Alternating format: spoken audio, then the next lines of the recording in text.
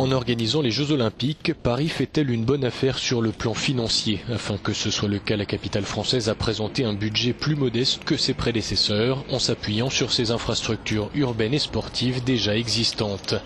Paris 2024 table ainsi sur un budget de 6,6 milliards d'euros.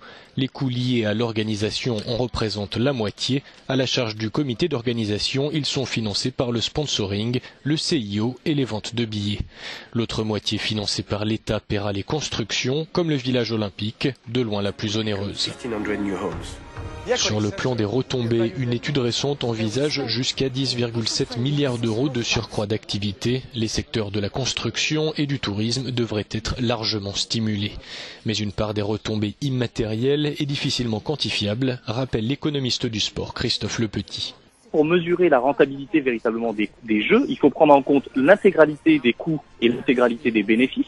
Et notamment parmi les bénéfices, au-delà des bénéfices économiques ou au-delà du chiffrage monétaire, on a de nombreuses externalités qui sont produites par l'accueil de grands événements sportifs sur le plan urbain, sur le plan social, sur le plan environnemental, sur le plan territorial.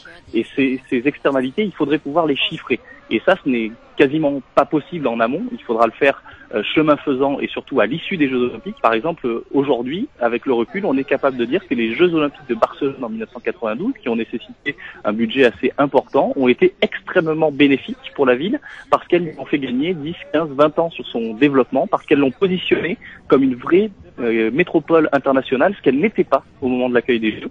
Et donc pour Paris, il faudra vérifier si justement il y a ces externalités qui sont produites, non pas sur le fait de placer Paris comme une métropole internationale, qu'elle est déjà, mais plutôt sur justement tous les projets relatifs à l'amélioration de la qualité de vie des Français et des Franciliens en particulier, relatifs à la transition énergétique et relatifs aussi à tout ce qui va toucher le rééquilibrage territorial et notamment en direction du département de la Seine-Saint-Denis qui est très concerné par les infrastructures olympiques. Ces 30 dernières années, tous les budgets ont été dépassés. Le record pour les Jeux de Pékin en 2008, il a été plus que décuplé.